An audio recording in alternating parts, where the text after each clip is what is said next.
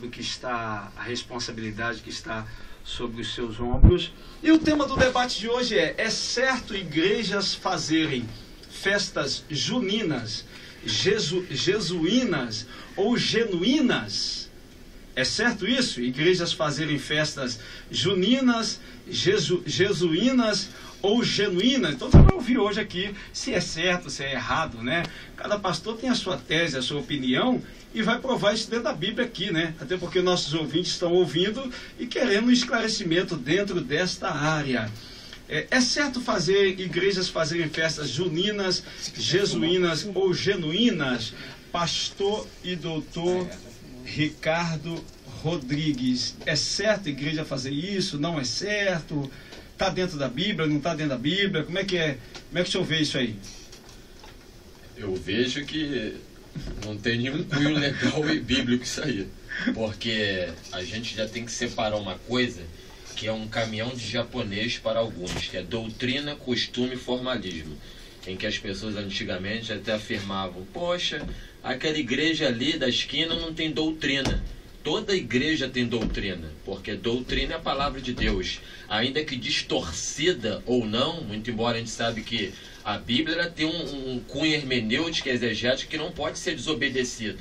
E hoje você vê que cada um interpreta a sua maneira, aplica a torta e a direita, num termo coloquial aqui falando, e isso não pode acontecer. O costume é aquilo que a gente pode trazer aqui pra gente, para que possa ficar claro esse trinômio aqui, é o quê?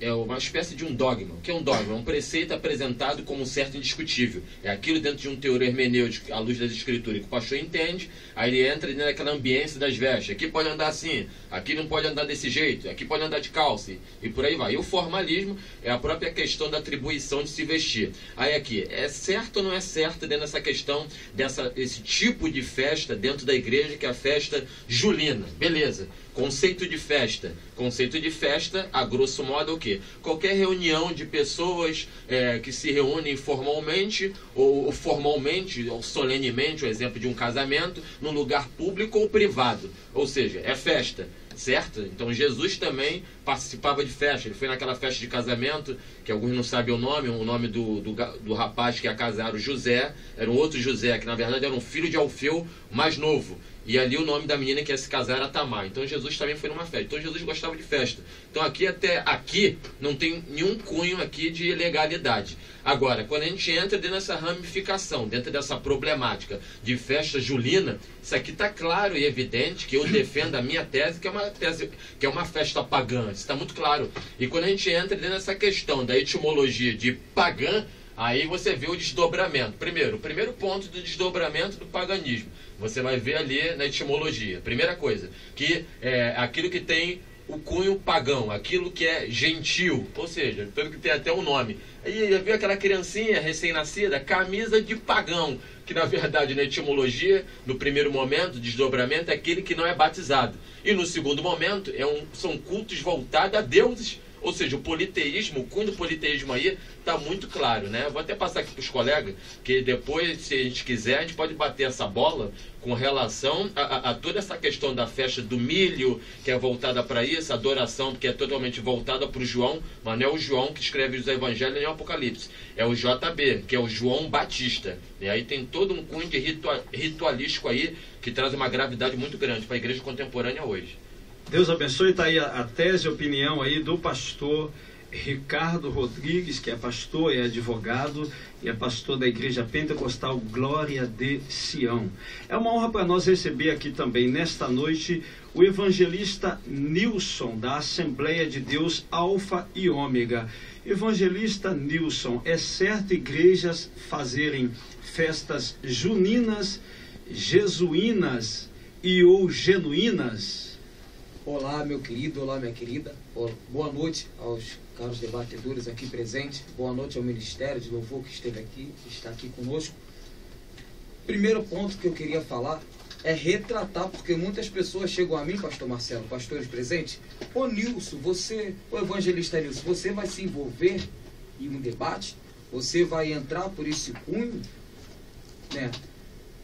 O que nós precisamos entender a priori, o que é falar sobre o debate, nós não podemos entrar no contexto de que as pessoas pensam que você vai querer debater a Bíblia com outro estudioso, ou com outro ministro, outro pesquisador da Bíblia. Não, não é isso. Quando nós falamos de debate, é exatamente isso. Pegar algo que já é cultural, costume, e que já vem se introjetando dentro da igreja, e que eu falarei um pouco mais à frente acerca disso. Nós vamos pegar isso e verificar, como o pastor Ricardo aqui acabou de relatar, ver se faz jus, ver se tem alguma ligação, algum liame com a palavra. Se não tem, nós vamos condenar. Sim, nós vamos exortar. Quem? A igreja? Não, a prática.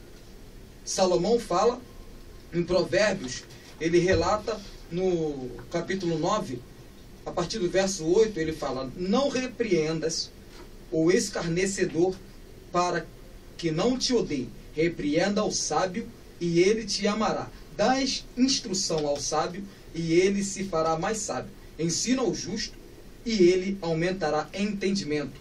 O temor do Senhor é o princípio da sabedoria, e o conhecimento do santo a prudência. Então, todas as vezes que nós vamos falar num debate, está aqui vinculado a um teor da igreja.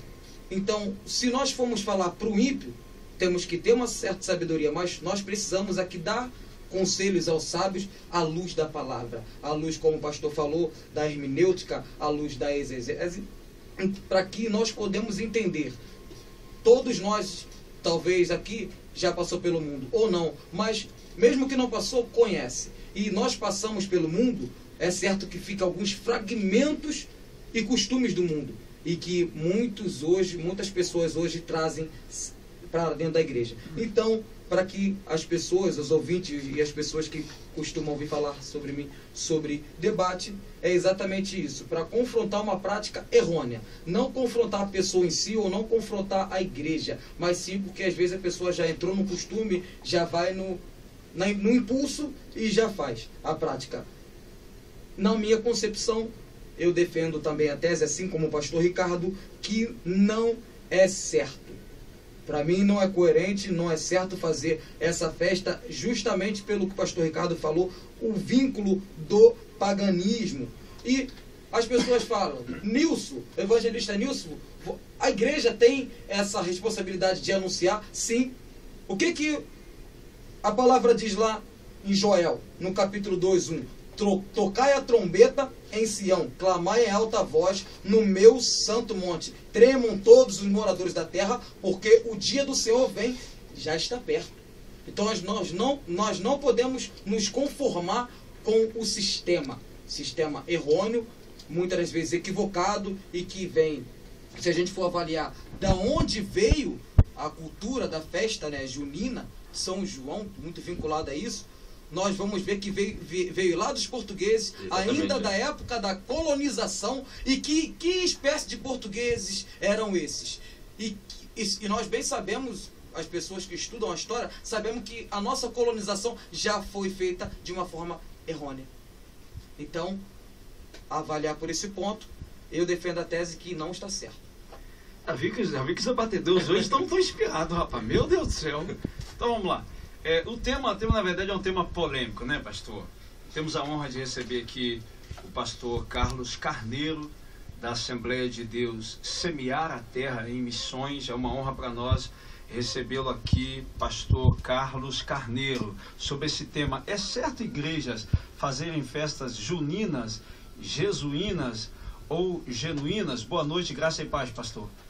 Boa noite, graça e paz para todos da mesa, para todos os ouvintes que estão ligados, sintonizados nessa emissora. Que Deus possa abençoar cada lar, cada casa, cada família, todos os ouvintes que estão ligados nesse momento, ouvindo a santa palavra de Deus. Eu quero deixar aqui, né, a palavra, a qual está aqui em João 5, aqui no versículo, aqui em 2º Epístola de João 2, diz assim: porque o amor da verdade que está em nós e para sempre estará conosco, a graça e a misericórdia da paz para de Deus Pai e do Senhor Jesus Cristo, Filho do Pai, sejam convosco, na verdade e na caridade. Aleluia. Então a verdade é a qual o Senhor deixou para nós, que nós temos que seguir os mandamentos do Senhor.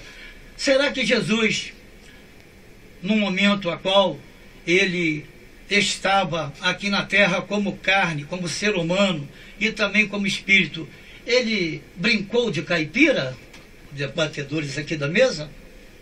Eu não sou contra, né, o pensamento de cada um, mas eu acho, né, que nós temos que seguir a doutrina do Senhor.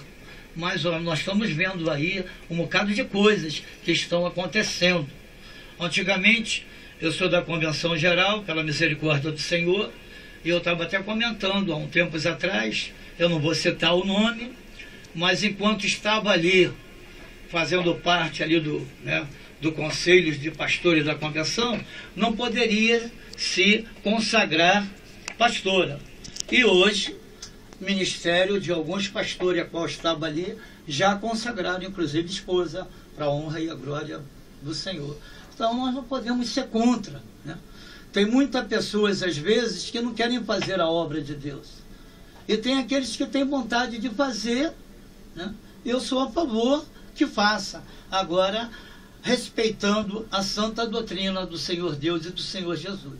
Agora, um pastor essa semana estava conversando comigo sobre essa questão de festa junina, jesuína, e ele disse para mim o seguinte: pastor, eu faço na minha igreja uma festa jesuína.